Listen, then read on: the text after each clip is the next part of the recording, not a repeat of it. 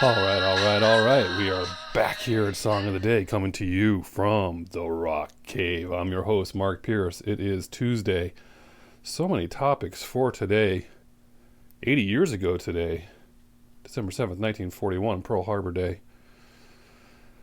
Not that we could do much about that, but just it's a date that I always remember from when learning about it in high school. Musically, 1973, Carpenters are on top of the world with that song.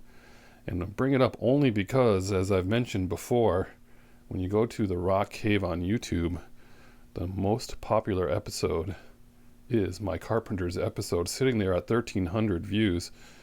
Closing in, though, is my episode about Cinderella at 1,200.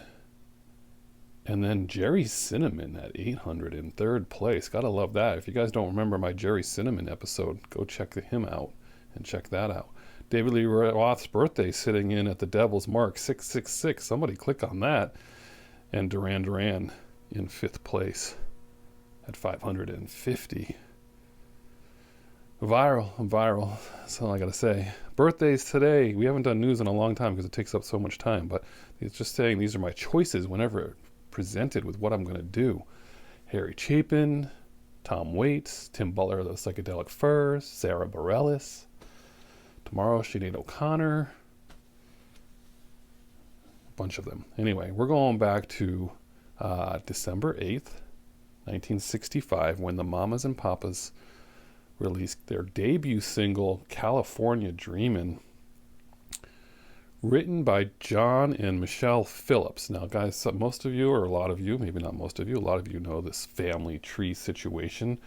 John and Michelle Phillips married to each other, have a child, China Phillips, who would later, in the late 80s, 1990, I think, join together with Beach Boys' Brian Wilson. His two daughters, Carney and Wendy Wilson, forming the power group Wilson Phillips. Got that?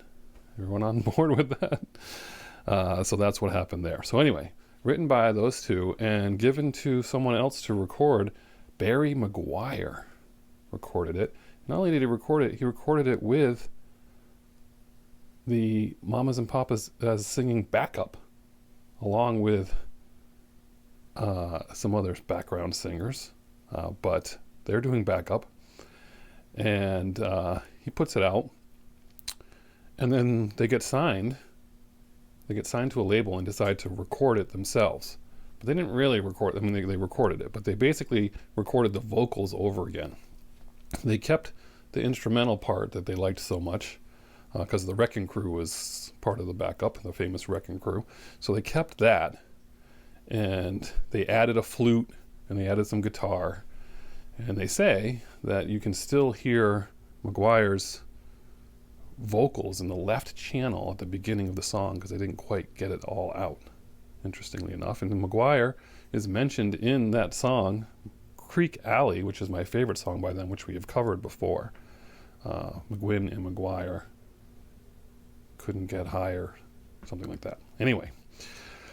They released this record, and it doesn't really go anywhere at first in California. Of course, it's a song written in New York City in the middle of winter, the doldrums of winter, yearning for California. California doesn't happen much in December, but a radio station out of Boston, CCC? No, I don't know, picked it up and started playing it in January of 1966, and it just went off nationally from there. Going up to number 4 in March. It ended up being tied with the number 1 song for the year of 1966, tied with the Ballad of the Green Berets. Michelle Phillips wrote the first line. She said, or that line of the song she wrote, got down to pretend to pray, and Mama Cass sang began to pray. So they just basically kept that version. First time I heard this was a teenager, obviously, on classic rock radio. Talking about classic rock radio, remember, no Spotify, and so the only way you heard music is if you heard it on the radio or if you had a friend who played something for you. That was it. I mean, you didn't go out just buying stuff randomly. For the most part, it was not a thing. So unless it was played on radio, you just had to come across it. And so that was a song that was played on classic rock radio, and I just have loved it ever since high school. This is a great song. I've never got tired of this song. It's pretty awesome. But imagine all those years of not hearing that song if you just didn't pick it up. A lot of times it would be on a classic rock sampler. You'd buy those CD samplers that would just have, you'd look at the back and be like, yeah, I like 6 of these songs on this compilation.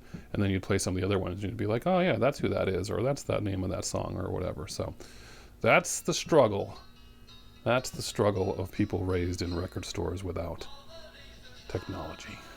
Anyway, we're talking about this song today. This is a great song. Who doesn't love this song? This is California Dreamin'. Michelle Phillips, LBC, Long Beach.